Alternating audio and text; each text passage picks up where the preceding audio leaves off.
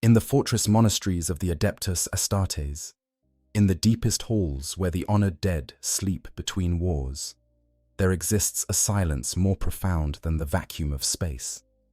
It is not the silence of absence, but the silence of weight, of memory too heavy to speak, of experiences that language itself cannot contain. Among the most ancient dreadnoughts, those walking tombs that have survived for 10,000 years, there exists an unspoken rule, a boundary that even the most curious chapter masters and inquisitors dare not cross. Ask these venerable ancients about the Great Crusade, and they will speak with voices like grinding stone and burning metal.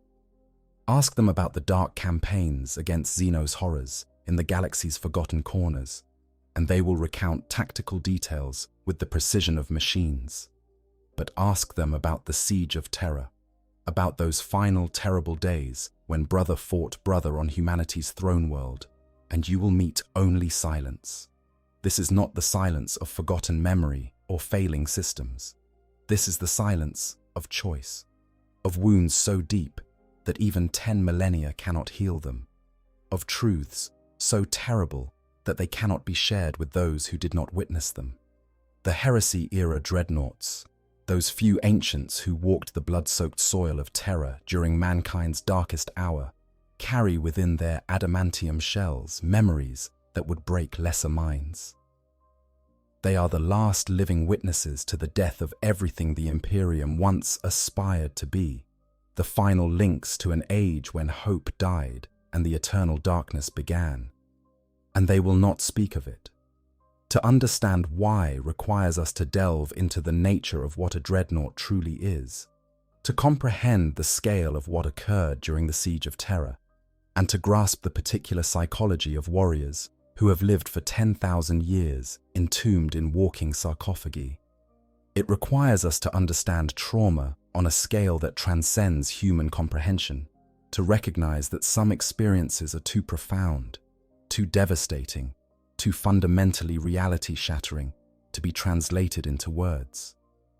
The silence of the Heresy-Era dreadnoughts is not a mystery to be solved, but a boundary to be respected, a warning written in the language of what cannot be spoken. The nature of the dreadnought. Before we can understand their silence, we must first understand what these ancient warriors have become. A dreadnought is not simply a pilot in a machine, not merely a wounded warrior given a second chance at service.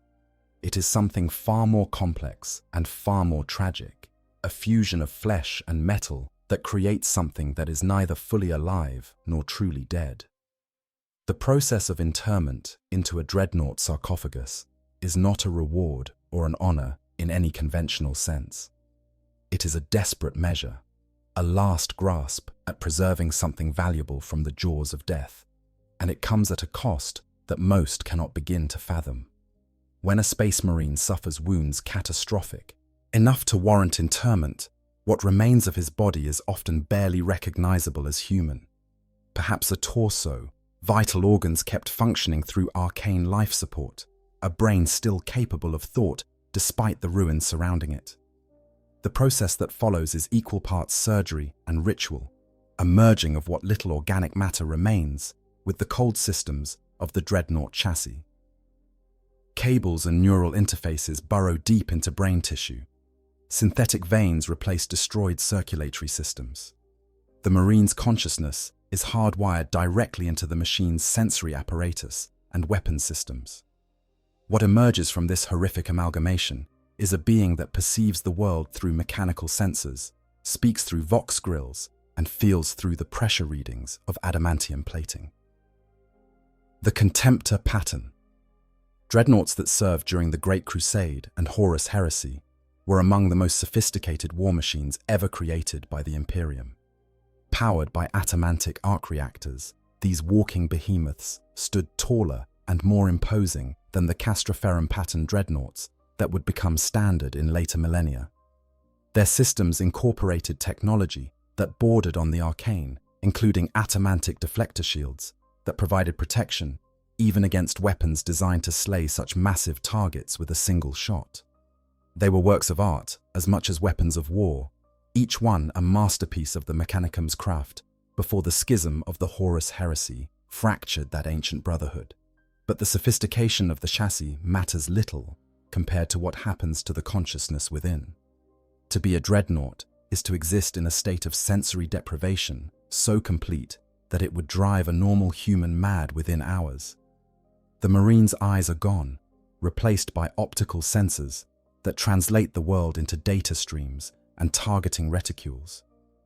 His ears hear nothing of natural sound, only the processed inputs of acoustic sensors. Touch, that most human of senses, is reduced to pressure readings on armor plating, the feedback of servos and actuators. Even breath, that constant reminder of life, is gone, replaced by the mechanical cycling of life support systems that care nothing for rhythm or comfort. The psychological toll of this existence cannot be overstated. Humans are tactile beings, creatures who understand their place in the world through physical sensation. We know we are alive because we feel our heartbeat, because we sense the air moving in and out of our lungs, because we feel the ground beneath our feet and the sun on our skin. A dreadnought has none of this. They exist in a state of profound isolation, their organic remains floating in amniotic suspension, their consciousness tethered to a mechanical body that can never truly replace what was lost. Many go mad. Others retreat so far into themselves that they must be awakened from hibernation only for the direst emergencies, sleeping away the centuries between battles because consciousness itself has become unbearable. For the Heresy-Era dreadnoughts, this psychological burden is compounded by the sheer span of time they have endured. 10,000 years is a period almost beyond mortal comprehension. It is longer than all of recorded human history prior to the age of technology. It is 200 lifetimes of an unaugmented human, 500 generations. And for a dreadnought, it is not spent in comfortable routine or peaceful contemplation, but in a state of heightened awareness during battles separated by periods of cold sleep that feel like dying over and over again. Each awakening is a small resurrection, a return to consciousness that brings with it the full weight of every memory, every loss, every failure that has accumulated over millennia. The organic components of a dreadnought's form deteriorate slowly over these vast spans of time. The brain tissue degrades, connections between neurons fade, and memories that were once crystal clear become fragmented and uncertain. Some dreadnoughts report that their earliest memories feel less like things they experienced and more like stories they were told, as if they are remembering someone else's life rather than their own. This gradual erosion of identity would be mercy if it affected all memories equally, but it does not. Traumatic memories, experiences of profound emotional weight, tend to remain vivid long after happier recollections have faded. The mind clings to trauma in ways that it does not hold on to joy. For the ancients who fought at the siege of Terra, this means that while the faces of beloved battle brothers from before the heresy may have become indistinct shadows, the memory of watching those same brothers corrupted by chaos, of fighting them in the ruins of humanity's birth world, of seeing everything they built together torn down in fire and betrayal, these memories remain as sharp and painful as the day they were formed. It is a particular cruelty of their existence that they cannot forget what they most wish to, that the worst moments of their impossibly long lives are preserved with perfect clarity, while gentler times slip away into the fog of degraded neural tissue. The Siege of Terra, beyond comprehension. To understand why Heresy-Era dreadnoughts will not speak of the Siege of Terra, one must first understand what the siege actually was. The historical records, the legends told in chapter halls, the murals painted on fortress monastery walls, all of these fail to capture the true scope and horror of what occurred. They speak of heroism and sacrifice, of last stands and desperate gambits, but these are sanitized versions of events so terrible that they defied comprehension even as they unfolded.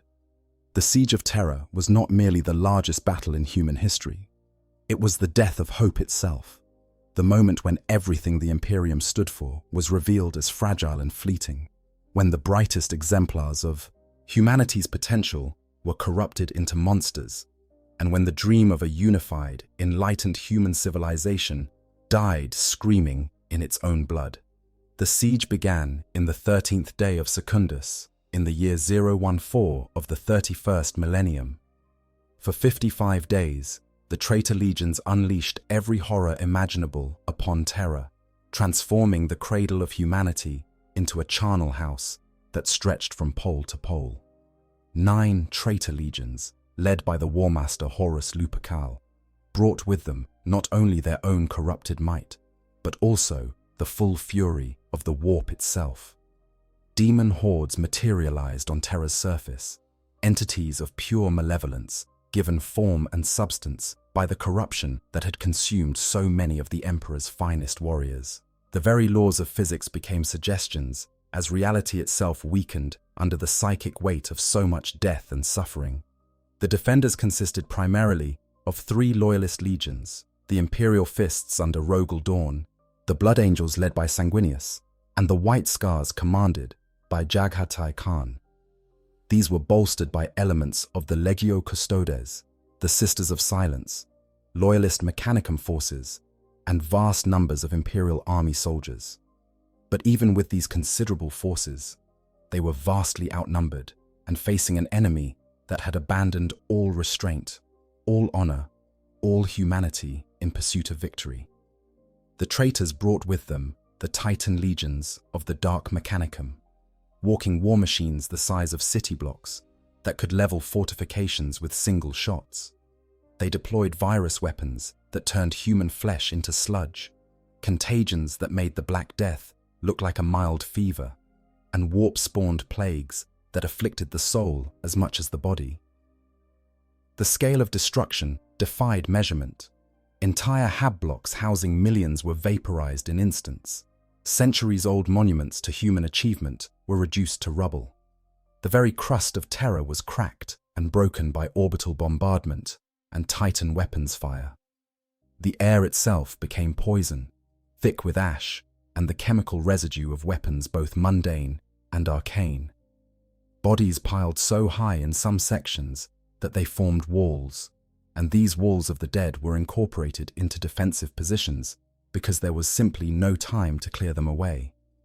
The defenders fought not just for control of the Imperial Palace, but for every meter of ground, every corridor, every room, because to give ground meant condemning millions of civilians to fates worse than death at the hands of the World Eater's berserkers or the Emperor's children's depraved revelers.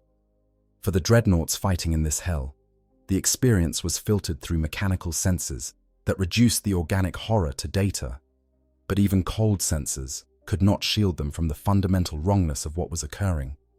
They registered the ambient radiation levels, climbing past survivable thresholds for baseline humans. Their optical sensors tracked the demon signatures manifesting with increasing frequency as the barrier between real space and the warp grew thinner. Their audio receptors picked up not just the sounds of conventional warfare, but the psychic screams of billions dying in agony, the keening of demons, and the terrible laughter of the dark gods echoing through the Imperium. Perhaps worst of all was the intimate nature of the betrayal. These were not unknown Xenos enemies or mindless forces of nature. These were brothers, warriors who had fought side by side for decades or even centuries during the Great Crusade. Battle brothers who had shared victories and defeats, who had bled together and celebrated together, who had formed bonds that should have been unbreakable. And now they fought each other with a hatred more profound than anything they had shown to the Imperium's external enemies. Consider what this meant for a Dreadnought who had served alongside these warriors in their days of glory. They remembered training sessions where World Eaters demonstrated disciplined ferocity, channeling their aggression with surgical precision. They recalled campaigns where Emperor's children sought perfection in every aspect of warfare, from the gleaming maintenance of their armor to the flawless execution of complex tactical maneuvers. They knew Death Guard captains as stoic, dependable warriors who could endure any hardship without complaint, who held positions against impossible odds through sheer determination. These memories made the corruption all the more horrifying. The World Eaters had not simply become more violent. They had abandoned everything that made violence meaningful, transforming from warriors into rabid beasts. The surgical precision was gone, replaced by mindless slaughter that made no distinction between enemy and ally. They killed because the act of killing temporarily quieted the screaming in their heads, because the implants that Angron had forced upon them left them no choice, because they had been reduced to weapons that could do nothing but cut until there was nothing left to cut. When a loyalist dreadnought faced a World Eater it once called brother, it was not fighting an enemy, it was destroying what that warrior should have been, mercy-killing something that should have been allowed to die with honor long before. The Emperor's children presented a different horror, one rooted in the perversion of everything they once valued. They had pursued perfection and found only corruption, had sought the ultimate experience and discovered that the ultimate experience was inflicting and receiving pain beyond all measure. During the siege, they did not fight to achieve military objectives, but to create spectacles of suffering, orchestrating the deaths of defenders and civilian alike into elaborate displays of depravity. They turned battlefields into galleries where their art was painted in blood and screams. They savored every moment of anguish they caused, collecting memories of suffering like precious treasures.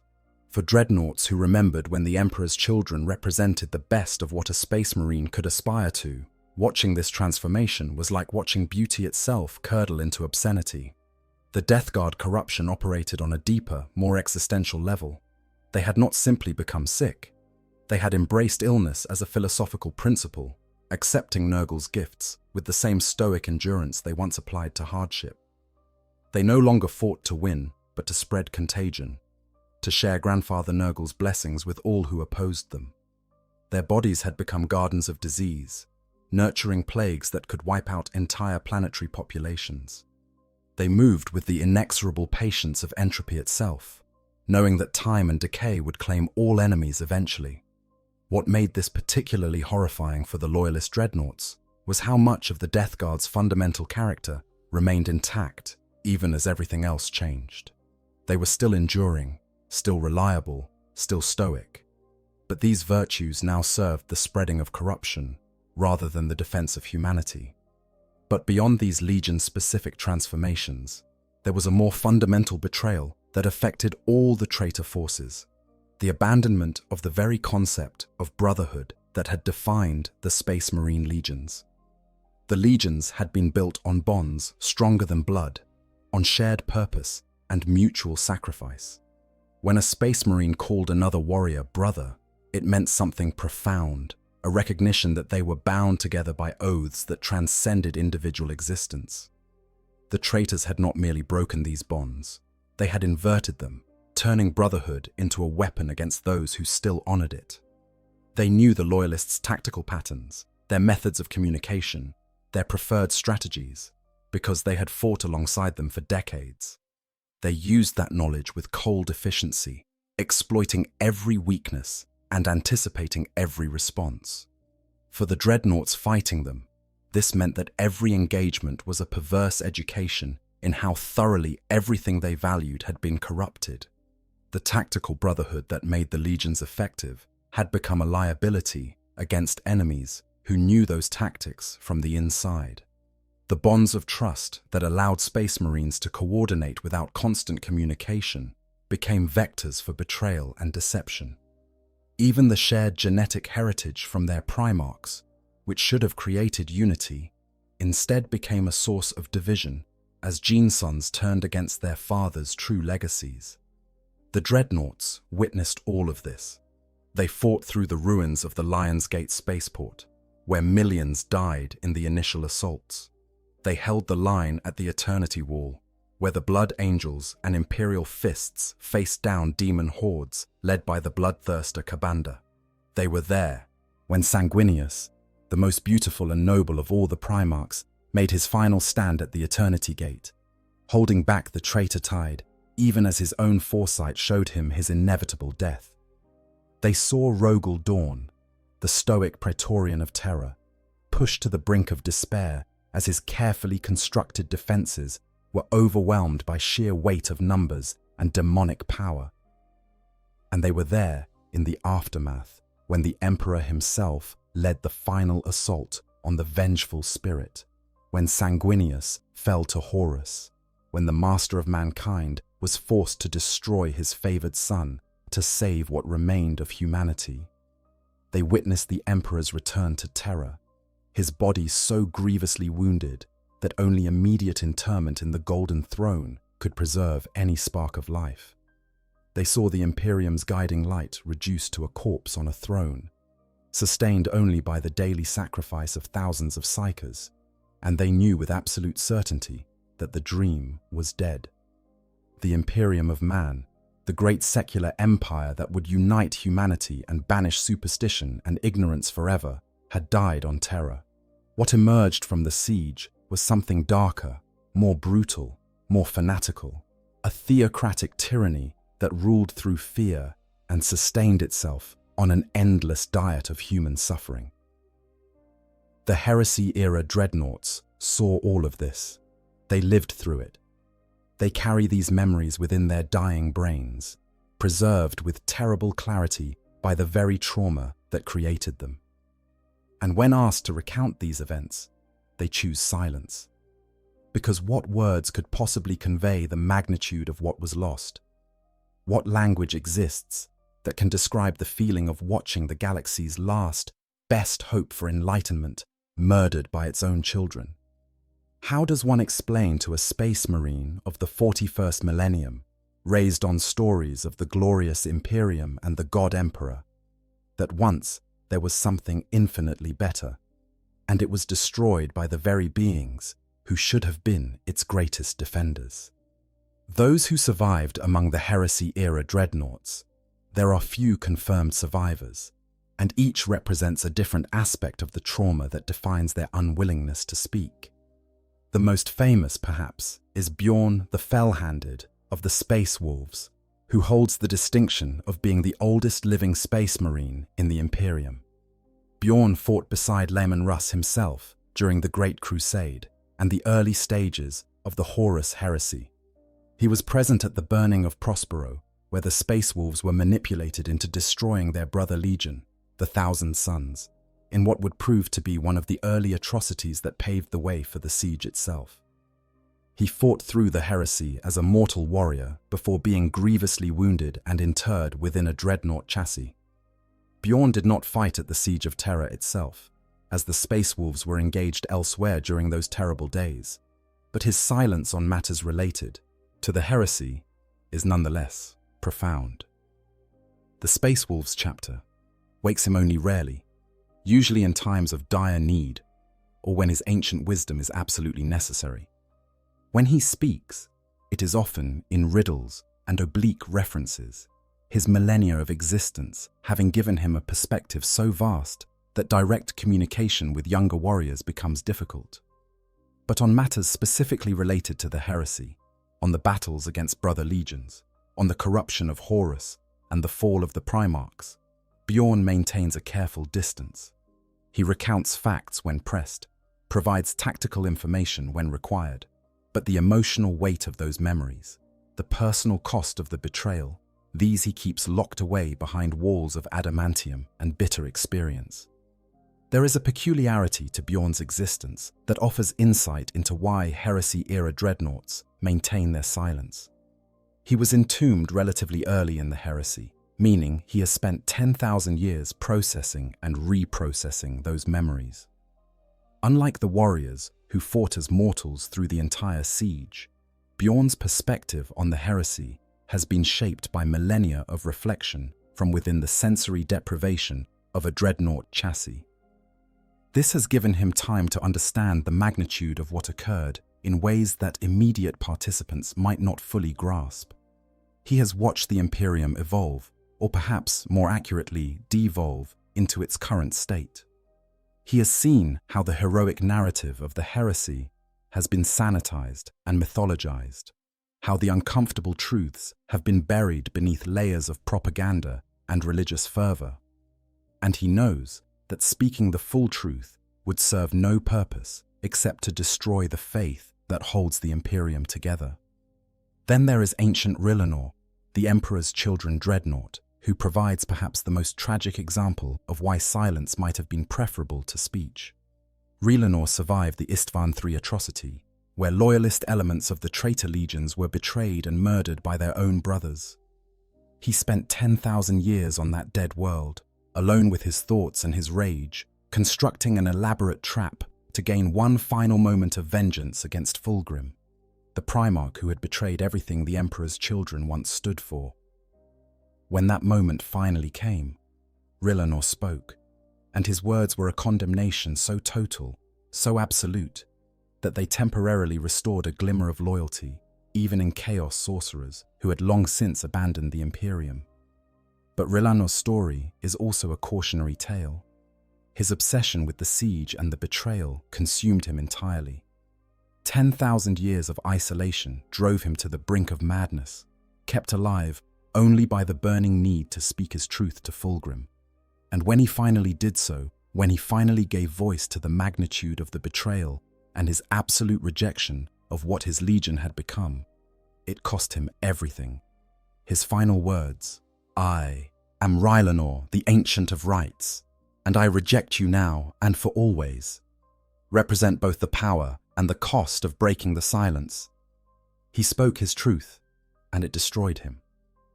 For other Heresy-Era Dreadnoughts, his fate serves as an object lesson in why some truths are better left unspoken. The Imperial Fists undoubtedly have their own Heresy-Era Dreadnoughts, warriors who fought beside Rogel Dawn during the defense of the Imperial Palace, who held the walls when all seemed lost, who witnessed firsthand the cost of their Primarch's determination to never yield. These ancients carry memories of watching Dawn's increasing desperation as the siege progressed, of seeing the Praetorian of Terra pushed to limits that even his legendary endurance could barely sustain. They remember the moment when Dawn had to choose which sections of the palace to defend and which to abandon, condemning millions to horrible deaths because there were simply not enough defenders to hold every position. They recall the aftermath, when Dawn discovered the Emperor's broken body and the full weight of failure crushed down upon him.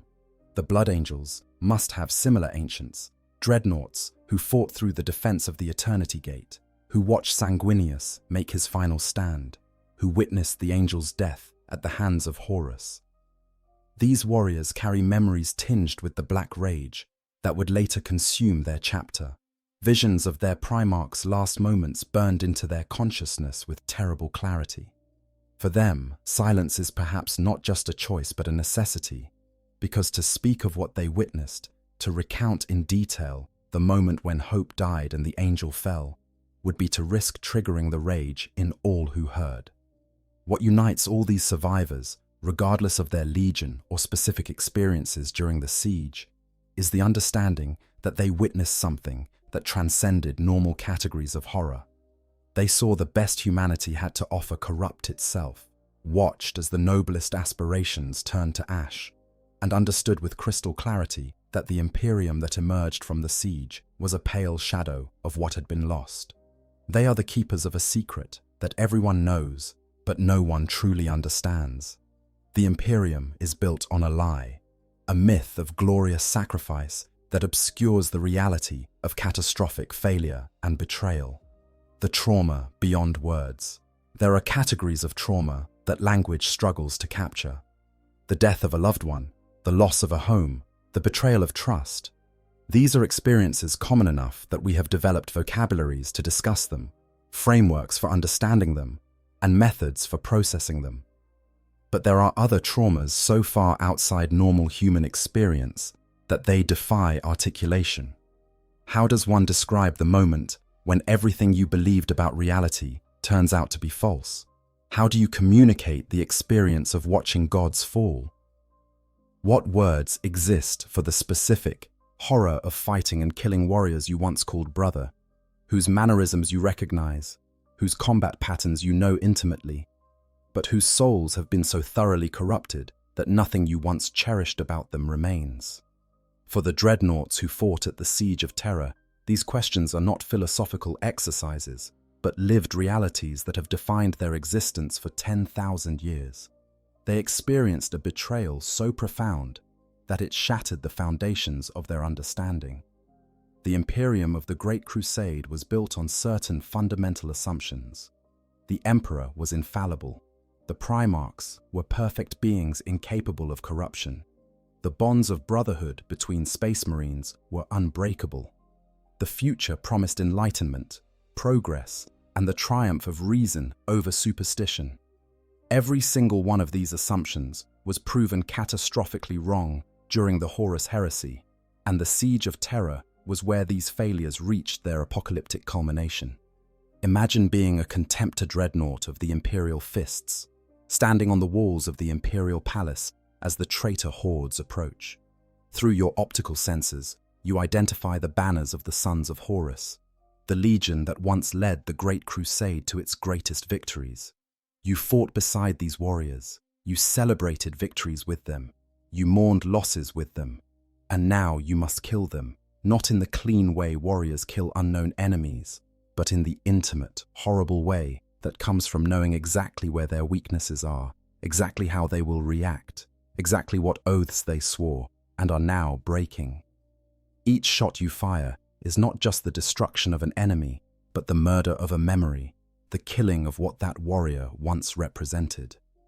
Or imagine being a Blood Angel's dreadnought, fighting to hold the Eternity Gate while knowing that your Primarch, the being who is the living embodiment of everything you aspire to, is slowly being drained by the weight of his foresight. Sanguinius could see his own death approaching with absolute certainty. He knew he would fall to Horus. He knew the sacrifice would not be enough to stop the War Master. And yet he fought anyway, not because there was hope of victory, but because surrender was unthinkable. For the Blood Angel's dreadnoughts, who witnessed this, who fought in the shadow of their Primarch's doomed nobility, the memory carries a specific kind of pain that words cannot capture. They saw true courage, the kind that persists even in the face of certain doom, and they also saw it fail. They watched the angel fall, and in that moment understood that courage alone was not enough, that nobility could be defeated, that even the most perfect being could be destroyed by evil. The corruption of the traitor legions added another layer of horror to the siege. These were not warriors who had merely switched allegiances or who fought for different political ideals. They had been fundamentally changed by exposure to chaos, transformed into beings that were no longer truly human. The World Eaters had implants that drove them to mindless rage, turning sophisticated soldiers into berserkers who killed everything in their path, ally and enemy alike. The Emperor's children had become addicted to sensation in all its forms, engaging in acts of such depraved cruelty that even the hardened warriors of the Imperium were sickened by the aftermath of their passage. The Death Guard had embraced plague and decay, their bodies swollen with corruption, spreading contagion with every breath. For the loyalist dreadnoughts fighting these corrupted brothers, each engagement was an education in what chaos could do to the human spirit. They watched warriors they once respected reduced to monsters, saw friends transformed into enemies more terrible than any Xenos threat, and they understood, with the clarity that comes from witnessing something firsthand, that this could have been them. The line between loyalty and corruption was thinner than anyone wanted to admit. Circumstances, choices, timing, luck, these factors separated the loyalists from the traitors, and the dreadnoughts who survived knew this with absolute certainty. They knew they were not inherently better, or stronger, or more virtuous than their fallen brothers. They were simply fortunate, or perhaps unfortunate, enough to have ended up on the winning side of a war where both sides lost everything that mattered. The presence of demons on Terra added a dimension of horror that even the corruption of brother Space Marines could not match. These were entities that should not exist in real space, beings of pure malevolence given form by the psychic weight of the siege's carnage. They violated physics, manifesting in ways that the rational mind struggled to process. Some dreadnoughts reported that their optical sensors simply could not focus on certain demon forms, that the machine spirits of their chassis recoiled from even attempting to analyze what they were seeing. These were not enemies that could be understood or reasoned with. They were incarnations of fundamental evils, hatred given flesh, murder made manifest, corruption personified. The first waves of demonic manifestation came as shock to even the most veteran dreadnoughts. The imperial truth, the emperor's grand doctrine that had shaped the Great Crusade, explicitly denied the existence of gods and demons. It taught that the warp was merely a dimension parallel to real space, turbulent and dangerous, but fundamentally comprehensible through reason and science. The Space Marines had been raised on this doctrine, had built their understanding of reality upon it. When demons began pouring through tears in reality, when the literally impossible became manifest on Terra's soil, it represented a collapse of epistemology as much as a military threat. Imagine the cognitive dissonance experienced by a dreadnought who had spent centuries believing one version of reality, only to have that reality shattered by direct evidence of its falsehood. They watched entities composed of psychic energy and malevolent intention take physical form. They saw matter and energy behave in ways that violated every principle of physics they understood. They witnessed causality itself, becoming suggestions as demons rewrote local reality through sheer force of chaotic will. Their mechanical sensors, designed to process and categorize threats according to established parameters, simply failed when confronted with beings that existed partly outside the normal dimensions of space and time. Different types of demons manifested different varieties of horror. The bloodthirsters of Horn were perhaps the most straightforward, massive beings of pure violence that killed with single-minded determination. But even they violated natural law in ways that made them more than simple threats. They moved faster than their mass should have allowed, struck with force that exceeded the structural limitations of their apparent physical forms, and regenerated from wounds that should have been instantly fatal. Their very presence increased aggression in nearby warriors, turning disciplined soldiers into frothing berserkers through sheer psychic contamination. The demons of Nurgle brought corruption that operated on multiple levels simultaneously. Their plagues were not merely diseases, but metaphysical contagions that attacked the soul as much as the body. Dreadnoughts, normally immune to biological threats due to their sealed sarcophagi, found that Nurgle's gifts could still affect them. The machine spirits of their chassis would become sluggish, corrupted by rusts and blights that had no natural explanation. The amniotic fluids preserving their organic components would turn fetid despite all filtering systems. Even their thoughts would slow, become heavy with despair and acceptance of inevitable decay. Fighting Nurgle's demons meant constantly maintaining mental discipline against the insidious whisper that everything rots, everything ends. Why struggle against the inevitable? Slaaneish's demons weaponized sensation itself, creating experiences so intense that they overwhelmed even the limited sensory systems of dreadnoughts. Sounds became so beautiful or so terrible that they could drive machine spirits mad.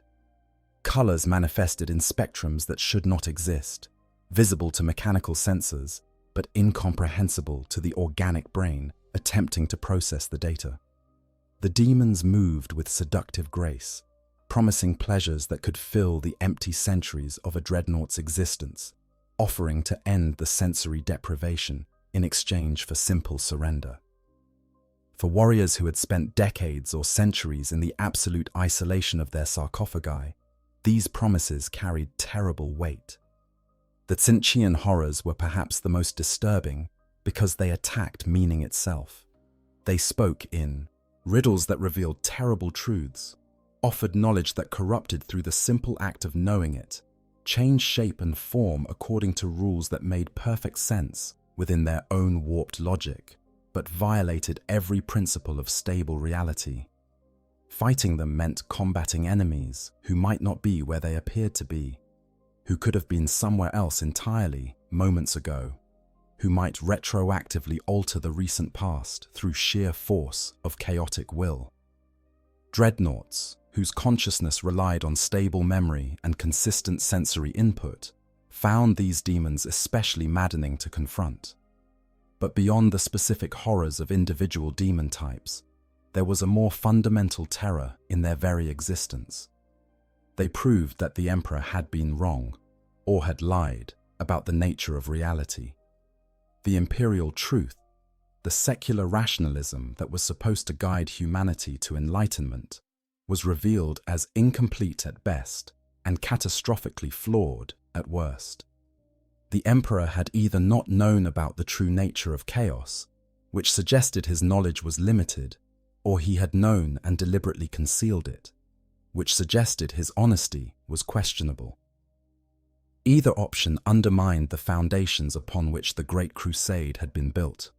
For Heresy-Era Dreadnoughts, this epistemological collapse was as traumatic as the physical battles they fought. They had dedicated their existence to a vision of human progress based on reason, triumphing over superstition. The manifestation of demons on Terra did not just threaten the Imperium's physical survival, it threatened the entire conceptual framework through which they understood their purpose. If the Emperor's truth was false, what did that make of their service? If gods and demons were real, what became of the enlightenment they fought to achieve? These questions had no comfortable answers, and the dreadnoughts who survived the siege carried them forward into an Imperium that eventually answered them by abandoning the imperial truth entirely and embracing the very religious fanaticism the Emperor had sought to eliminate. The psychological damage inflicted by fighting demons went beyond philosophical confusion. There was something fundamentally sanity-eroding about extended combat against entities that should not exist. The human mind, even the enhanced and conditioned mind of a space marine, requires a stable framework of reality to function. When that framework is repeatedly violated, when the impossible becomes routine, consciousness itself begins to fracture. Some dreadnoughts who fought for extended periods against demonic incursions during the siege reported experiencing what they described as reality fatigue, a state where they could no longer trust their own senses or memories, because what they sensed and remembered defied all logic. This was compounded by the fact that the demons seemed to deliberately target the sanity of their opponents. They spoke in voices that should not be possible, uttering truths that the listeners should not know. They revealed secrets about the dreadnoughts' pasts, intimate details that only the warriors themselves should have possessed. They offered bargains tailored with perfect precision to exploit individual weaknesses and desires. They demonstrated knowledge of future events that had not yet occurred. All of this suggested an intelligence vast and terrible, entities that existed partially outside time and used that perspective to maximize psychological damage to their opponents. The Siege of Terra was the first time that the full might of chaos had been unleashed on real space in such concentrated form. The demonic manifestations were not isolated incidents, but a sustained assault that lasted for weeks, with new entities constantly emerging from the weakening barrier between dimensions. The dreadnoughts who survived learned terrible truths about the nature of the enemy humanity faced. They understood that chaos was not an external threat that could be defeated through superior firepower or better tactics. It was a fundamental feature of reality itself, an eternal opponent that could never be truly destroyed, only temporarily driven back. This knowledge, this understanding of the impossibility of ultimate victory, became another burden they would carry through the millennia. Fighting demons forced the dreadnoughts to confront a truth that the Imperium of the Great Crusade had spent centuries denying. The warp was not just a parallel dimension to be understood and utilized. It was actively malevolent, home to entities that sought humanity's destruction or corruption for no reason beyond malice. The Emperor's imperial truth, the doctrine that there were no gods and that superstition must be abandoned in favor of reason, was revealed as a lie, or perhaps a well-intentioned but catastrophically wrong belief. The gods existed, and they were the enemies of everything human civilization aspired to. This revelation broke something fundamental in the psyche of those who witnessed it, a shattering of worldview so complete that many never fully recovered. But perhaps the deepest trauma, the one that cuts to the very core of why Heresy-Era Dreadnoughts maintain their silence, came at the siege's conclusion. When the Emperor himself led the assault on the vengeful spirit, when he confronted Horus in single combat, when he was forced to destroy his most beloved son and sustained wounds so grievous that he could no longer lead humanity, the symbolic weight of this moment was almost unbearable. The Emperor was supposed to be invincible. He was the master of mankind, the architect of a new age, the one being who could unite humanity and lead it to the stars. And Horus broke him. The War Master, corrupted by chaos and empowered by all four dark gods, nearly killed the Emperor. Only the intervention of fate and the Emperor's final, terrible decision to unleash his full psychic might prevented Horus from claiming complete victory. The Dreadnoughts, who witnessed the Emperor's return, who saw his ravaged body carried from the vengeful spirit and entombed within the Golden Throne, experienced something that goes beyond normal categories of trauma. They watched divinity bleed. They saw the invincible prove invincible. They understood in that moment that the war had been lost even though the battle was won. Horus was dead, but so was the dream. The Emperor lived, but only as a corpse sustained by horrific machinery and the daily sacrifice of thousands of innocent psychers. The Imperium survived, but it would be a dark reflection of everything it was meant to become. How does one speak of watching your god die? What words exist in any language to describe that specific moment of total collapse, when everything you believed, everything you fought for, everything you sacrificed for, is revealed as doomed from the start? The Heresy-Era Dreadnoughts carry this memory with them always.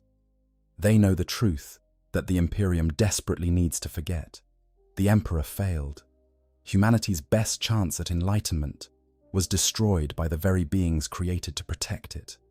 And the horror show of the 41st millennium, with its endless wars and brutal oppression and grinding cruelty, was not an aberration, but the inevitable result of that failure. This is the trauma beyond words. This is what the silence protects against. Because to speak of this truth, to give it voice and substance, would be to destroy the myths that hold the Imperium together. And perhaps more importantly, to speak of it would be to relive it, to bring those terrible memories out of the locked chambers of consciousness and subject them to the light of examination. For beings who have spent 10,000 years trying to simply endure, the prospect of deliberately revisiting their worst moments holds no appeal whatsoever. The architecture of Dreadnought memory. To understand why Heresy-Era Dreadnoughts maintain their silence, we must delve deeper into how memory functions for beings who have existed in this twilight state for millennia. The human brain, even the enhanced brain of a space marine, was never designed to maintain consciousness for 10,000 years. Normal neural architecture includes mechanisms for processing trauma, for integrating difficult experiences into a coherent life narrative, for gradually reducing the emotional intensity of painful memories through repeated recall and reconsolidation. But these mechanisms assume a normal lifespan and a normal mode of consciousness. Dreadnoughts have neither. The process of interment fundamentally alters how memory is stored and accessed. The neural interfaces that connect the Space Marine's organic brain to the Dreadnought's mechanical systems create new pathways for information flow, new patterns of neural activity. Some memories become entangled with the machine spirits of the chassis itself, stored in ways that blur the line between biological and mechanical recall. Other memories remain purely organic, locked in degrading neural tissue that grows more fragile with each passing century. The result is a strange patchwork of recollection, where some events from thousands of years ago are remembered with crystalline clarity, while events from mere centuries past have faded into uncertainty. Traumatic memories behave differently in this hybrid system. The human brain prioritizes the storage of emotionally significant experiences, particularly those associated with fear, pain, or loss. This was an evolutionary advantage for baseline humans, allowing them to remember and avoid dangerous situations. But for a dreadnought who has lived through the most traumatic events in human history, this mechanism becomes a curse. The memories of the Siege of Terra, burned into neural pathways with the intensity that only apocalyptic trauma can create, resist the normal processes of decay and integration. They remain vivid, immediate, emotionally overwhelming, even as gentler memories from before the heresy fade into shadow. Some dreadnoughts report a phenomenon they describe as memory echoes. These are not full recollections, but fragments, sensory impressions that surface unbidden during battles or moments of stress. A particular pattern of weapons fire might trigger a flash of memory from the defense of the Eternity Gate. The sight of a fellow dreadnought falling in combat might invoke a fragmentary recollection of watching Sanguinius die. These echoes are unpredictable and uncontrollable, random firings of neural pathways that have been worn so deep by repeated activation that they spontaneously engage without conscious intent. For the ancients, these echoes are a constant reminder that the past is never truly past, that the Siege of Terra is not a historical event they witnessed, but a living presence that continues to haunt them. The periods of hibernation between battles complicate this further. When a dreadnought is placed into stasis, their consciousness does not simply pause like a stopped clock. The experience is more akin to dying and being resurrected, a cessation of awareness followed by a sudden, jarring return to consciousness. Each awakening requires the dreadnought to rebuild their sense of self, to remember who and what they are, to reintegrate their identity from the scattered pieces of memory that survived the hibernation. For younger dreadnoughts, this process is relatively straightforward, but for Heresy-Era ancients who have undergone this cycle thousands of times, the boundaries between different awakenings begin to blur. They might confuse events from different time periods, merge memories from separate battles, or struggle to maintain a coherent timeline of their own existence. This temporal confusion is exacerbated by the fact that the Imperium itself has changed so dramatically over 10,000 years. The Heresy-Era dreadnoughts remember a galaxy where the Emperor walked among his warriors, where the Primarchs led their legions in person, where the Great Crusade represented hope for humanity's future. When they wake in the 41st millennium, they find an Imperium that bears little resemblance to what they knew. The Emperor is worshipped as a god, the very thing he explicitly forbade. The Space Marine legions have been broken into chapters. The Mechanicum is split between Mars and the Dark Mechanicum. Everything is smaller, meaner, more desperate. For ancients with already fragmented memories, distinguishing between what they remember from personal experience and what they have been told about the current state of the Imperium becomes increasingly difficult. Some chapter archivists have noted that Heresy-Era dreadnoughts often display a peculiar reluctance to discuss temporal specifics. They will describe events in vivid detail, but struggle to place those events in chronological sequence. This is not simple forgetfulness, but a protective mechanism, a way of containing traumatic memories by refusing to organize them into a coherent narrative. As long as the memories remain fragmented, isolated incidents without clear connections to a timeline, they can be managed.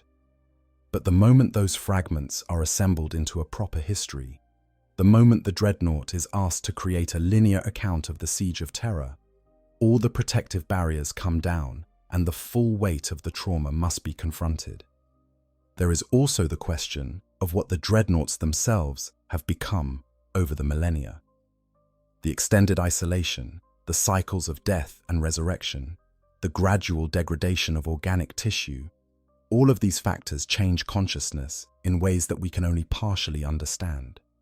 Some tech priests theorize that very ancient dreadnoughts develop a kind of dual consciousness, a partition between the organic mind and the machine intelligence of the chassis. the organic component, maintains the memories and sense of self, while the machine component handles tactical processing and sensory interpretation.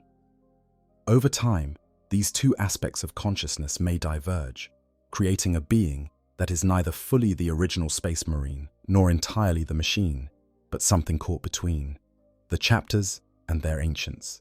To fully understand the silence maintained by Heresy-Era Dreadnoughts, we must examine how different chapters manage the burden of these living relics and the specific challenges each faces. The silence is not uniform across all chapters. Rather, it manifests in different ways depending on chapter culture, the specific experiences of their ancients during the siege, and how the chapter itself has evolved over 10,000 years. By examining these differences, we can gain deeper insight into both the nature of the trauma and the various mechanisms developed to cope with it. The Imperial Fists present perhaps the most complex case. As the legion responsible for Terra's defense, they bore the primary burden of the siege. Their dreadnoughts witnessed every stage of the battle, from the initial bombardment through the desperate final defense of the Eternity Gate. They watched Rogel Dawn, their Primarch, pushed to the absolute limits of his legendary endurance. They saw the Praetorian of Terra forced to make impossible choices, abandoning defensive positions to concentrate forces elsewhere, condemning millions to death because he simply did not have enough warriors to defend everything.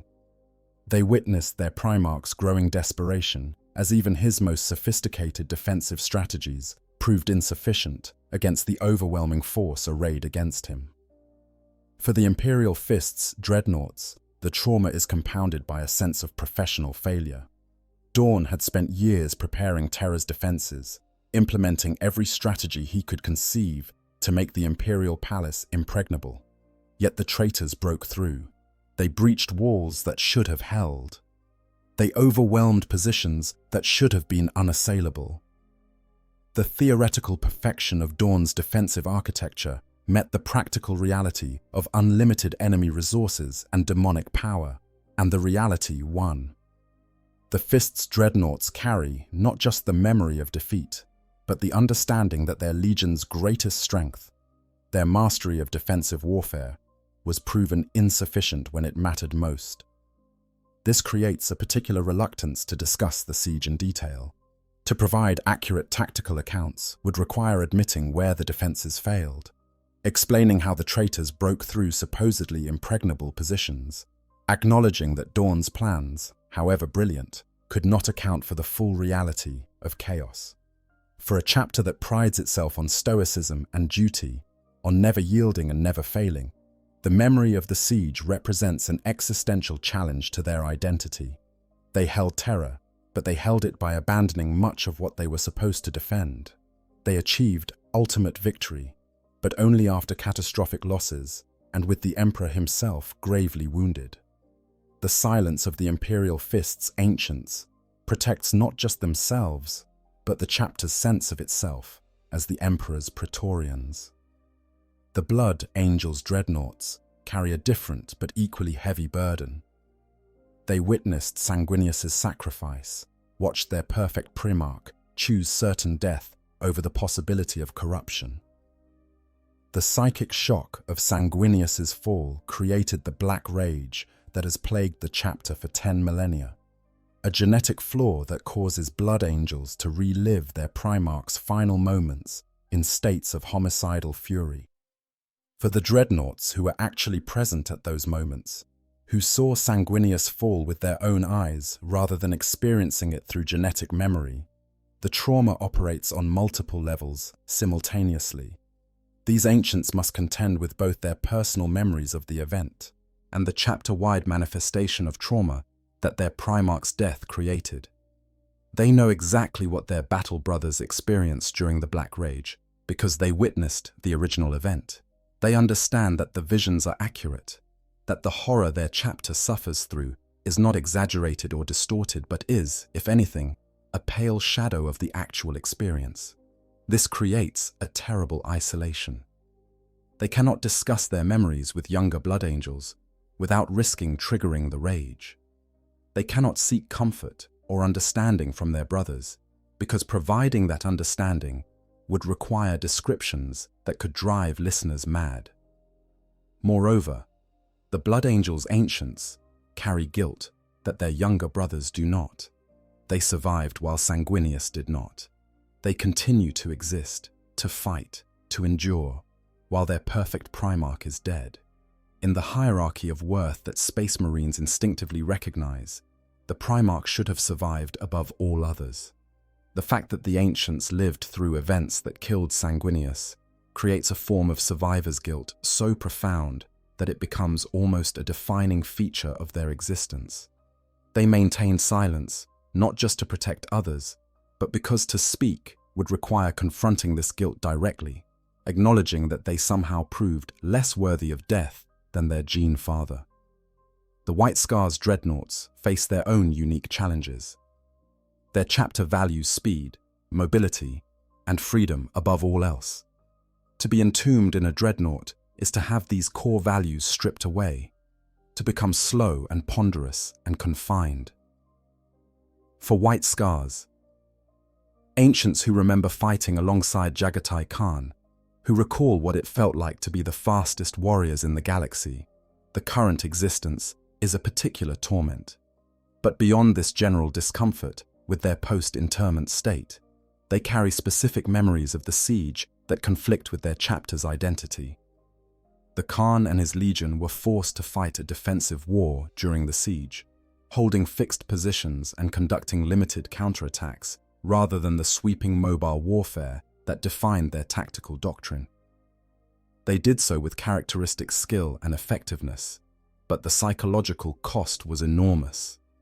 The Dreadnoughts remember watching their Primarch's frustration mount as the siege progressed, seeing the master of the hunt forced to fight like a cornered animal. They recall sorties that were more reckless than tactically sound, risks the Khan took because the alternative, sitting passively behind walls, was spiritually unbearable for him and his warriors. These memories complicate the White Scar's preferred narrative about themselves. The chapter wants to remember the siege as a time when they adapted their tactics to meet necessity while maintaining their essential identity. The ancients know the truth is more complex and more painful. They watched their legion's spirit slowly, crushed by the grinding nature of defensive warfare. They saw warriors who defined themselves by movement forced into static positions. The silence they maintain protects the chapter's self-concept, allowing younger White Scars to believe in a continuity between past and present that the ancients know to be somewhat illusory. Across all these chapters, a common pattern emerges. The Heresy-Era Dreadnoughts possess knowledge that would destabilize their chapter's foundational myths if fully articulated. The Imperial Fists maintain that they never yield, but their ancients remember yielding vast sections of Terra because they had no choice. The Blood Angels celebrate Sanguinius's nobility, but their ancients remember also his despair and the weight of foresight that made his sacrifice not glorious, but grimly inevitable. The White Scars pride themselves on adaptation, but their ancients remember how adaptation felt like diminishment, how necessity forced them to become something other than what they were. Each chapter has developed its own mechanisms for managing these contradictions. The Imperial Fists treat their ancients with formal reverence, but rarely press them for detailed testimonies, understanding implicitly that some knowledge is better left unexamined. The Blood Angels strictly control when and how their ancients are awakened, ensuring they are never in proximity to battle brothers on the verge of succumbing to the Black Rage, lest the combination of genetic memory and actual memory create a feedback loop of trauma. The White Scars honor their ancients, but also maintain a certain distance, as if unconsciously recognizing that these warriors represent a version of the chapter that no longer quite exists. What unites all these chapter-specific responses is an understanding that the Heresy-Era Dreadnoughts are simultaneously invaluable resources and profound liabilities.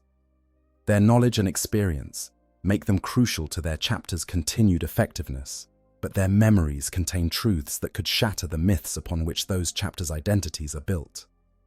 The silence they maintain is not just their personal choice, but a collaborative effort between the ancients and their chapters, a mutual recognition that some boundaries must not be crossed if the institution is to survive intact.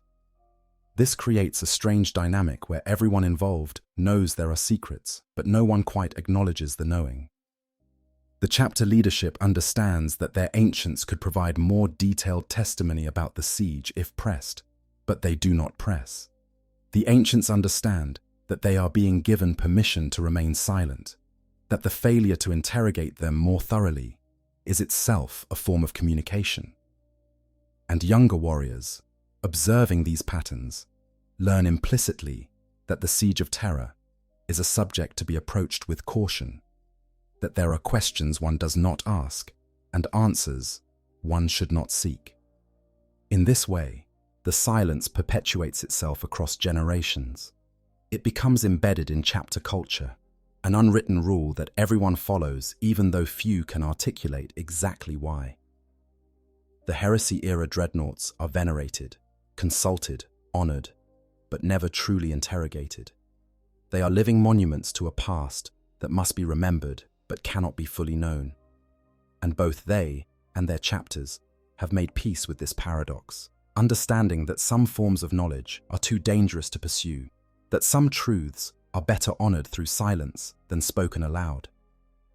This twilight existence makes communication with younger warriors increasingly difficult. The Heresy-Era Dreadnoughts have perspective and experiences so far removed from the current generation that finding common ground becomes nearly impossible. How does a being who fought beside the Emperor himself relate to a space marine who has known only the grim darkness of the 41st Millennium? How can an ancient who remembers the Imperium's birth explain its current state to warriors who have only known decline? The generational gap is not measured in years or decades, but in millennia, and across such vast expanses of time, language itself begins to fail. For these reasons, even if a Heresy-Era Dreadnought wanted to speak about the Siege of Terra, the mechanical and psychological architecture of their existence would make it nearly impossible to do so in a way that younger warriors could understand.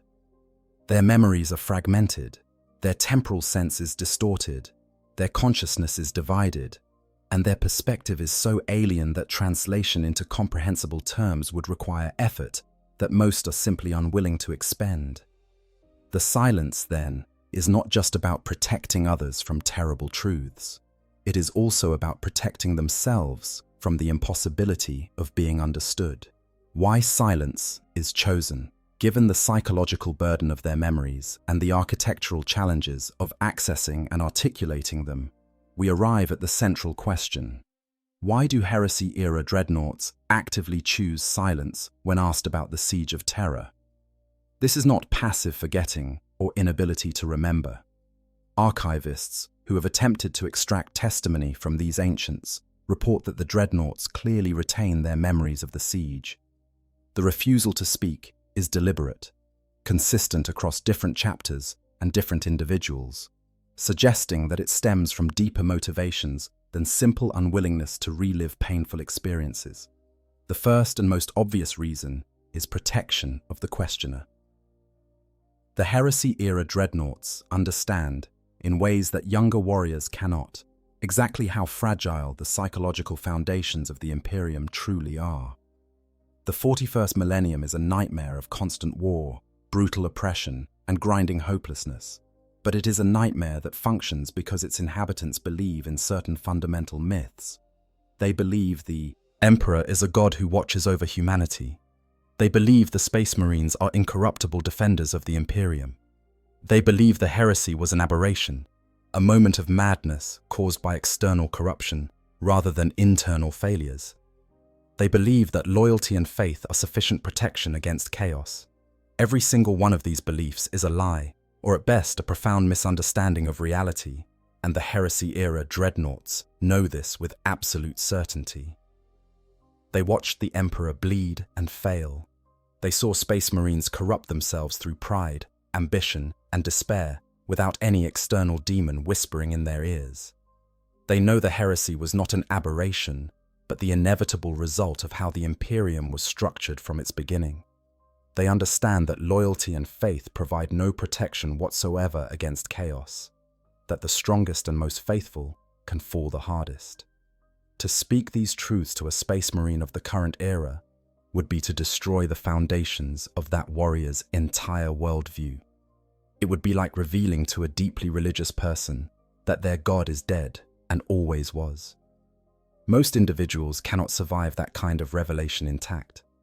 Their identity, their purpose, their understanding of reality, all of these are built on beliefs that cannot withstand examination in the harsh light of historical truth. The Heresy-Era Dreadnoughts maintain their silence out of a kind of dark mercy, protecting younger warriors from knowledge that would break them. The second reason relates to the broader stability of the Imperium itself. The 41st Millennium is sustained by propaganda, by carefully curated myths that justify the regime's brutal methods and inspire its defenders to continue fighting against impossible odds. The official history of the Horus heresy has been sanitized, turned into a morality tale about the dangers of corruption and the necessity of absolute loyalty. This narrative serves crucial functions. It explains why the Imperium must be so paranoid about chaos. It justifies the brutal methods of the Inquisition. It provides a clear distinction between good and evil, loyalty and traitorism, human and daemon. But the reality of what occurred during the Siege of Terra complicates this narrative beyond repair. The truth is messy, morally ambiguous, filled with good people making terrible choices and bad people acting from comprehensible motivations. The truth is that some loyalists committed atrocities, while some traitors retained elements of honor. The truth is that the Emperor's own decisions, his own failures of understanding and communication, contributed directly to the catastrophe. If this reality became widely known, if the simple morality play of the official history was replaced with the complex, tragic truth that the Heresy-Era Dreadnoughts carry in their memories, the ideological foundations of the Imperium would crumble. The Dreadnoughts understand this because they have watched the Imperium evolve over 10,000 years. They have seen how the regime uses the myth of the heresy to maintain control, how the threat of chaos is invoked to justify otherwise indefensible policies. They know that the Imperium needs its enemies to be monsters so that it can excuse its own monstrosity. To speak the truth about the siege would be to undermine this carefully constructed narrative structure, potentially causing ideological collapse across entire sectors. The ancient warriors maintain their silence, not out of loyalty to the current regime, which many of them privately despise, but out of pragmatic recognition that the alternative to the Imperium's lies might be even worse chaos. The third reason is perhaps the most tragic. Speaking would require the Dreadnoughts to fully confront their own complicity and failure. They fought at the siege. They witnessed the Imperium's fall from enlightenment into theocratic tyranny, and they did nothing to prevent the transformation that followed. In the immediate aftermath of the siege, when the foundations of the current Imperium were being laid, when the Emperor was being elevated to godhood and the bureaucratic nightmare of the administratum was being established, the Heresy-Era survivors could have objected. They could have insisted that the Emperor would have opposed his own deification. They could have fought to preserve the secular, rationalist principles of the Great Crusade. But they did not. Whether from exhaustion, despair, or pragmatic acceptance that the old Imperium was truly dead and something new was required for survival, the ancients who lived through the siege allowed the transformation to occur without significant resistance. They watched the Imperium become everything the Emperor fought against and said nothing. This silence has defined their relationship with the regime ever since. To speak now about the truth of the siege would require them to acknowledge their own failure to preserve what they supposedly fought to defend. It would require admitting that they chose survival over principle, that they valued the continuation of the Imperium more than the ideals it once represented. There is also a deeply personal dimension to the silence that relates to the nature of trauma itself. Speaking about traumatic experiences can be therapeutic under the right conditions, with proper support and in a context where the speaker feels safe and understood. But it can also be re-traumatizing, particularly when the audience cannot truly comprehend the magnitude of what is being described. The Heresy-Era Dreadnoughts know that no space marine of the current era, no matter how sympathetic or intelligent, can truly understand what it was like to watch the Imperium burn. They know that their testimony would be filtered through the limited perspective of warriors who have only known the grim darkness, who lack the context to grasp what was lost. To speak to an audience that cannot understand is a particular kind of loneliness, a form of isolation more profound than physical solitude. It is the experience of trying to communicate something fundamental about your existence and having it misinterpreted, simplified, or dismissed because the listener lacks the framework to comprehend it. The Heresy-Era Dreadnoughts have endured 10,000 years of isolation within their sarcophagi. They will not compound that isolation by attempting to share experiences that can never be truly conveyed. Better to remain silent and preserve the integrity of their memories than to watch those memories misunderstood and diminished by inadequate translation into words. Finally, there is a ritualistic dimension to the silence that has developed over the millennia. As more and more Heresy-Era Dreadnoughts have chosen not to speak about the siege, that choice has taken on the weight of tradition. It has become an unspoken compact between the ancients, a shared understanding that some things are better left unsaid. Breaking this compact, choosing to speak when others have maintained silence, would be a betrayal of that collective decision. It would mean bearing the burden alone, rather than sharing it across the community of survivors.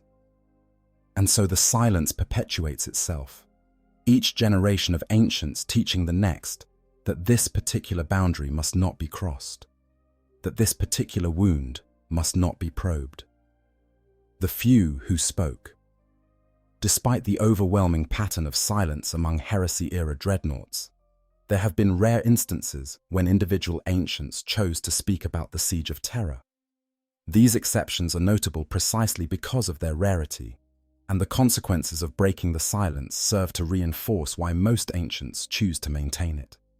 Each instance of an ancient speaking about the siege has produced results that ranged from problematic to catastrophic, providing object lessons in the dangers of attempting to communicate uncommunicable truths.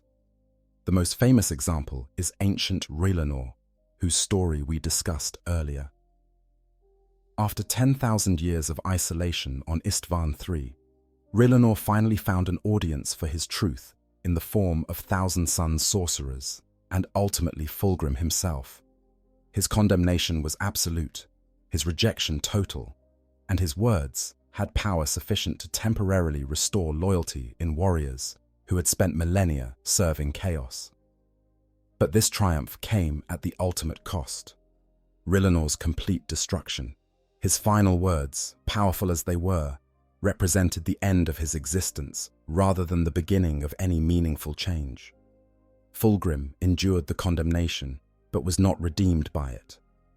The Imperium did not learn from Rylanor's testimony because no one who could act upon it was present to hear. Rylanor's fate illustrates a fundamental problem with breaking the silence. The cost is borne entirely by the speaker, while the benefits, if any, accrue to others who may not even appreciate or understand what they have received. Rillanor spent 10,000 years preparing his indictment, maintaining his sanity through sheer force of will solely to deliver it. And in the end, what changed? Fulgrim remains a demon primarch. The Emperor's children continue their depraved service to Slaanesh. The only thing Rillanor's testimony accomplished was giving him peace through self-destruction. For other Heresy-Era Dreadnoughts watching this from afar, the message was clear. Speaking the truth will destroy you without improving the broader situation. There have been other instances, less famous but perhaps more instructive. Chapter records from the Blood Angels hint at occasions when their most ancient dreadnoughts, pushed to the brink by the Black Rage, or during moments of extreme crisis, have spoken about watching Sanguinius fall. The accounts are fragmentary, often recorded second-hand by chaplains or sanguinary priests who were present when the Ancient finally broke. What these records reveal is that speaking about the Primarch's death did not provide catharsis or healing. Instead, it triggered episodes of the Black Rage so profound that the dreadnought in question had to be immediately sealed in stasis to prevent them from killing their own battle brothers. The psychological mechanism at work here is clear. For these Blood Angels ancients, the memory of Sanguinius's death is so tightly bound to the genetic flaw that creates the Black Rage that speaking about it activates the flaw with overwhelming force. The artificial distance created by silence, the protective barrier of unspoken memory, is the only thing that allows these ancients to maintain enough control to function. When that barrier is removed, when they give voice to what they witnessed, the full psychic weight of their Primarch's dying moments floods their consciousness, and they lose themselves to the rage. They demonstrate, in the most visceral way possible, why silence is sometimes the only viable option for survival. The Imperial Fists have their own examples, though characteristically, they keep them closely guarded. There are whispered stories among the chapter's librarians of ancient dreadnoughts, who, when pressed to provide testimony about the siege for historical records, responded with such detailed and horrific accounts that the librarians who heard them required mind-scrubbing to function normally again. These were not sanitized battle reports, but raw descriptions of the sights, sounds, and smells of the siege, delivered with perfect recall and absolute honesty. The listeners were not prepared for the reality of what occurred, and the gap between the myth they believed and the truth they heard was so wide that their minds could not bridge it without breaking. In the aftermath of these incidents, the Imperial Fists reportedly established protocols specifically designed to prevent future interrogations of their most ancient dreadnoughts on matters related to the siege. The protocols were not implemented to protect the dreadnoughts, who had already survived the worst experiences imaginable, but to protect the questioners, who might not survive the answers. This represents a fascinating inversion of the usual relationship between questioner and questioned. The interrogators needed protection from the testimony, not the witnesses from the interrogation. One particularly illuminating case involves an ancient of the White Scars, a dreadnought who had fought with Jagatai Khan during the defense of the Lion's Gate spaceport. During a gathering of the chapter's senior leadership, this ancient was asked to recount the Khan's tactics during a particular engagement of the siege. The dreadnought complied, providing a detailed tactical analysis that was militarily useful and historically accurate. But then, unbidden, the ancient continued speaking, describing not just what happened, but what it felt like to watch the Khan's desperation grow as the siege progressed, to see the master of mobile warfare trapped in a defensive position, to witness the fastest Primarch forced to fight a grinding war of attrition. The ancient spoke of how the Khan's frustration had manifested in increasingly reckless sorties, how the Primarch had begun taking personal risks that endangered himself and his warriors, because the alternative, sitting behind walls while his brothers died elsewhere, was psychologically unbearable. This testimony revealed a dimension of the Khan that the White Scars had not previously understood or acknowledged, that even the most capable Primarchs could be pushed past their tactical and emotional limits, that leadership during the siege required making impossible choices and living with the consequences. The chapter leadership thanked the ancient for his testimony, and then, reportedly, never asked him to speak about the siege again. The truth was too uncomfortable, too incompatible with the heroic narrative the chapter preferred to maintain. What these examples demonstrate is that the rare instances when Heresy-Era dreadnoughts break their silence almost universally produce negative outcomes. Either the speaker is destroyed by the act of speaking, or the listeners are damaged by what they hear, or the truth revealed is so incompatible with necessary myths that it must be immediately suppressed and forgotten. There is no positive feedback loop that would encourage other ancients to follow suit. Instead, each broken silence serves as a warning to those who still maintain it. This path leads nowhere good. The silence, then, is not just a personal choice by individual dreadnoughts, but a collectively maintained boundary that the rare exceptions prove the wisdom of preserving. Those who speak suffer or cause suffering. Those who remain silent endure. For warriors who have already endured 10,000 years of existence in walking tombs, endurance is the only victory that matters.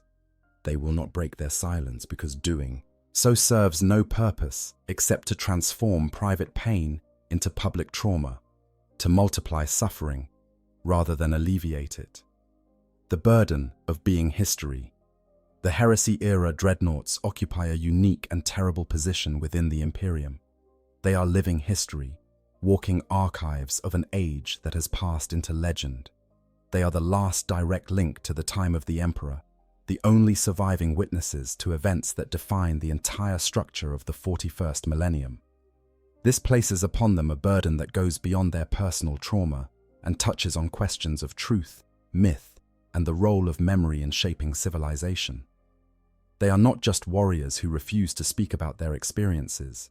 They are primary sources who have chosen to withhold their testimony, historians who have declared certain truths too dangerous to record. This burden manifests in constant, subtle ways during their rare periods of wakefulness. Every interaction with younger space marines carries the weight of unspoken knowledge. When a chaplain lectures about the Emperor's divinity, the ancient dreadnought in the corner knows the Emperor explicitly forbade his own worship. When a captain speaks confidently about the purity of their gene seed and their resistance to chaos, the ancient remembers watching the strongest and most loyal warriors fall to corruption. When the chapter master outlines strategy based on the lessons of the heresy as recorded in official histories, the ancient knows those histories are sanitized, simplified, often completely wrong about motivations and consequences. The tension between what they know and what they must allow others to believe creates a particular kind of isolation. The ancients cannot correct errors without revealing truths that would destabilize the chapter's ideological foundations. They cannot offer genuine wisdom drawn from their experiences without admitting that those experiences contradict everything the current Imperium claims to represent. They are surrounded by warriors who defer to them, who speak of them with reverence, who treat their words as precious gifts from a bygone age. But none of these younger warriors can truly understand the perspective from which those words are spoken.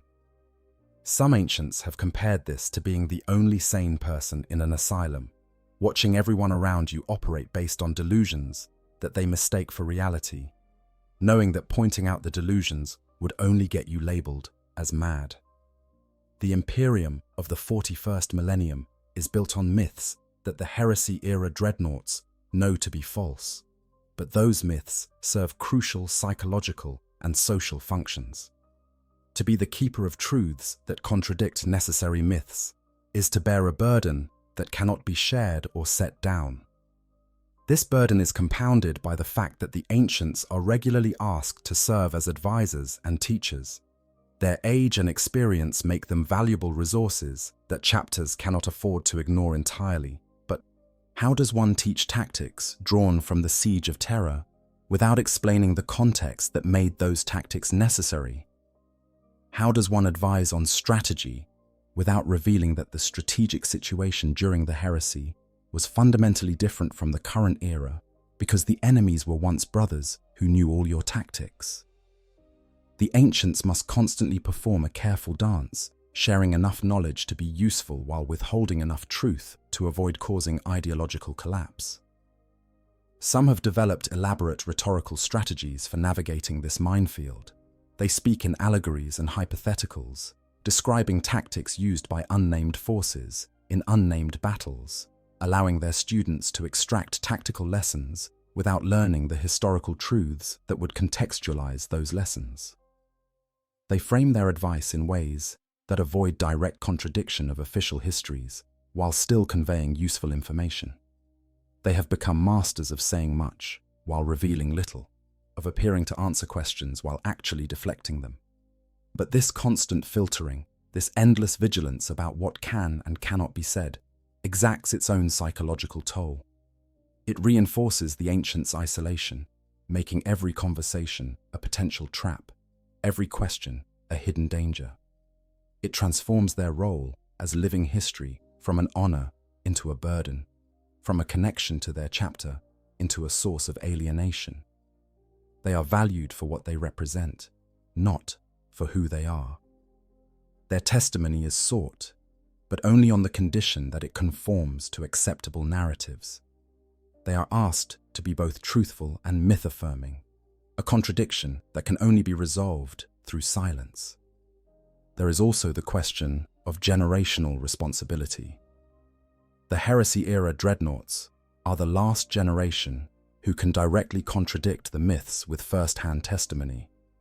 Once they are gone, once the last ancient finally falls in battle or succumbs to the degradation of their organic components, the official histories will become unchallengeable. There will be no one left who can say, "I was there, and that is not how it happened." The ancients understand this, and for some, it creates a moral dilemma. Do they have a responsibility to future generations to record the truth, even if that truth is terrible? Different ancients have resolved this dilemma in different ways. Some have chosen to create secret records, testimony sealed and hidden to be discovered only after their final deaths. They rationalize that this allows them to fulfill their duty to history without causing immediate harm to the Imperium. Whether these secret testimonies exist and where they might be hidden remains unknown, but the possibility haunts those who study the heresy. Others have concluded that the truth died with the siege and that attempting to resurrect it would serve no purpose except to cause pain. They have decided that some knowledge should be allowed to pass from this galaxy, that not all history deserves preservation. The most tragic resolution is adopted by those ancients who have convinced themselves that their memories are unreliable, that their perspective was too limited to constitute genuine truth, that perhaps the official histories are correct and their memories are corrupted by time and trauma. This is a kind of self-imposed madness, a retreat from the burden of being history by declaring oneself an unreliable historian. But it provides a way to live with the contradiction between what they know and what they must allow others to believe. If they do not trust their own memories, they cannot be held responsible for failing to share them. What all these strategies share is an acknowledgement that being living history is fundamentally incompatible with maintaining psychological stability in the context of the 41st millennium. The Imperium needs its myths more than it needs accurate history. The warriors who defend it require certainty and clarity more than they need complex truth. And so the Heresy-Era Dreadnoughts, the only beings who could provide that truth, choose silence instead. They allow themselves to become symbols rather than sources, relics to be venerated rather than witnesses to be questioned. They surrender their historical agency to preserve their own sanity and the stability of the regime they ostensibly serve. This surrender comes at a profound personal cost that is rarely acknowledged. The ancients are not simply choosing the easy path of silence over the difficult path of testimony. They are making a sacrifice every bit as real as the physical sacrifices they made during the siege itself. They are choosing to bear the burden of truth alone rather than sharing it, to carry impossible knowledge in isolation rather than seeking the comfort of being understood. This is a form of heroism that receives no recognition, a sacrifice that goes entirely unnoticed because its very nature requires that it remain hidden. Consider what it means for a being who has existed for 10,000 years to have no one with whom they can truly communicate about the defining experience of their existence. The Heresy-Era Dreadnoughts have battle brothers, chapter leadership who respect them, tech priests who maintain their systems, but none of these relationships allow for genuine intimacy or authentic communication about what matters most. They are surrounded by people, yet utterly alone in the ways that matter most deeply. This isolation is not accidental, but chosen, maintained deliberately, because the alternative would be worse. The psychological research on trauma survivors in human populations consistently shows that the inability to speak about traumatic experiences, the lack of witnesses who can validate and understand one's suffering, creates additional layers of damage beyond the original trauma. The Heresy-Era Dreadnoughts have endured this secondary trauma for 10,000 years, accepting it as the price of protecting others from knowledge they cannot bear. This is sacrifice of an order that the Imperium does not recognize and cannot reward, precisely because acknowledging it would require acknowledging the truths these ancients keep hidden. The sacred silence. As we reach the conclusion of this exploration, we must confront a final question. Is the silence of the Heresy-Era Dreadnoughts ultimately a form of wisdom or a form of cowardice? Are they protecting something valuable by refusing to speak? Or are they allowing ignorance to perpetuate itself through their unwillingness to illuminate the past? The answer, like most things related to the siege of Terra, is not simple or comfortable. From one perspective, their silence represents a profound betrayal of their duty as witnesses. They lived through the most important events in human history. They saw truths that could potentially prevent future catastrophes if only those truths were known and understood. By choosing not to share what they know, they condemn future generations to repeat mistakes, to labor under delusions, to fight in service of myths that obscure reality. Their silence is complicity with the Imperium's propaganda apparatus, an abdication of responsibility cloaked in claims of protective mercy. But from another perspective, their silence is an act of almost unbearable compassion. They understand, better than anyone, that some truths genuinely are unbearable, that not all knowledge improves those who possess it, that sometimes ignorance is the only thing that allows people to function in an unbearable reality. The Imperium of the 41st Millennium is a nightmare, but it is a functional nightmare that provides structure and meaning to quadrillions of lives. To destroy the myths that sustain it without offering anything better in their place would be an act of cruelty beyond measure. The Heresy-Era Dreadnoughts have watched 10,000 years of galactic history unfold. They have seen countless attempts at reform, revolution, and restoration fail. They have witnessed the Imperium adapt and survive circumstances that should have destroyed it. They know, with the certainty that only direct observation across millennia can provide, that the regime's brutal methods are not aberrations, but necessary adaptations to the reality of the galaxy. The Chaos Gods are real. Corruption is always a present danger. The threats the Imperium faces are genuinely existential, and the myths that the ancients refuse to contradict, however false they may be, serve genuine protective functions in this context. Their silence, then, is not simple refusal to speak, but a complex moral calculation. They have weighed the value of historical truth against the cost of revealing it, and concluded that in this case, at this time, in this galaxy, truth would do more harm than good. They have become guardians not of knowledge but of ignorance, protectors not of facts but of necessary illusions. This is a terrible burden to bear, perhaps more terrible than the memories themselves, because it requires active choice rather than passive endurance. Each time they are asked about the siege and choose not to answer, they are making a fresh decision to withhold truth, to perpetuate myth, to value stability over honesty. We must also recognize that their silence is itself a form of testimony. By refusing to speak about the siege of Terra, by maintaining that boundary with such consistency and determination, the Heresy-Era Dreadnoughts are communicating something profound about the nature of what occurred. Their silence says, more clearly than words ever could, that the siege was worse than anyone who did not witness it can imagine.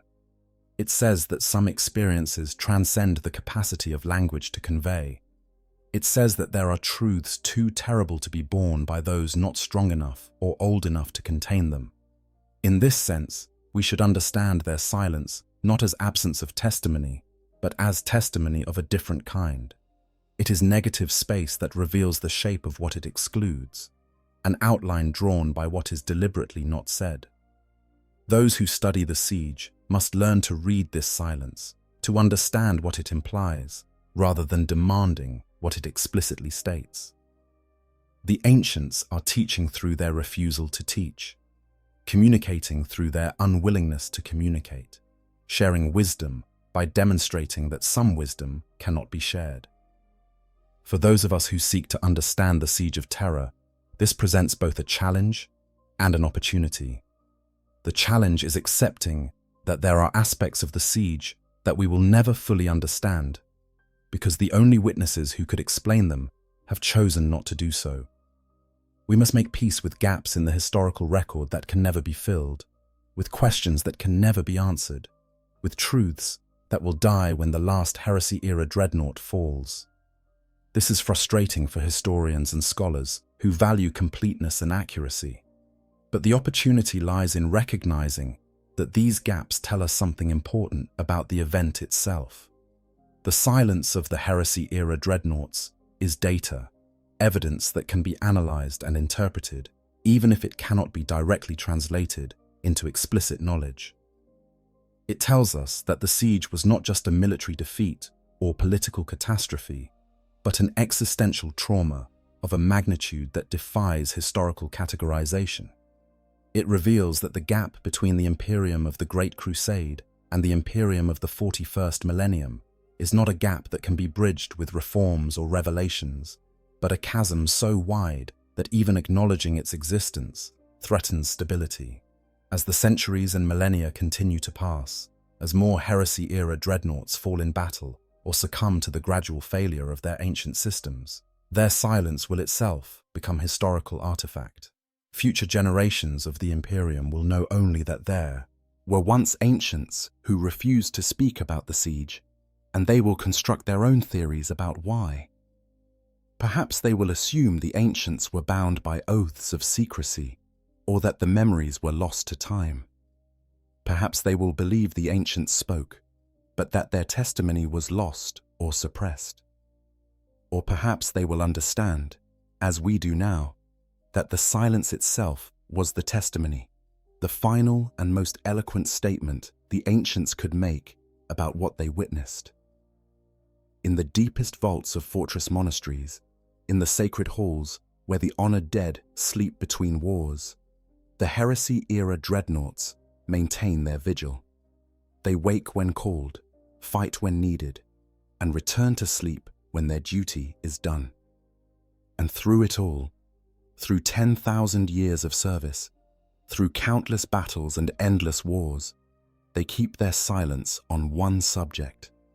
They will not speak of the Siege of Terra.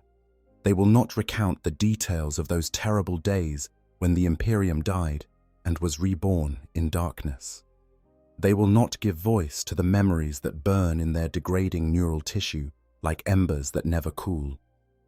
This silence is their final service to the Imperium, more valuable than any battle they could fight, more important than any wisdom they could share. They are the guardians of a secret that everyone knows but no one understands, that the Imperium's foundation is built on failure, that its myths are beautiful lies told to cover terrible truths, that the Emperor's dream died on Terra, and what emerged from those ruins was something he would have hated. The Heresy-Era Dreadnoughts know this. They remember it with perfect, painful clarity, and they will never, ever speak of it. Their silence is sacred because it protects something more important than historical accuracy. It protects the psychological foundations upon which the Imperium rests, the myths that give meaning to suffering, the stories that transform brutal oppression into noble sacrifice. It protects the younger warriors who need to believe in something greater than themselves in order to face the horrors of the 41st millennium.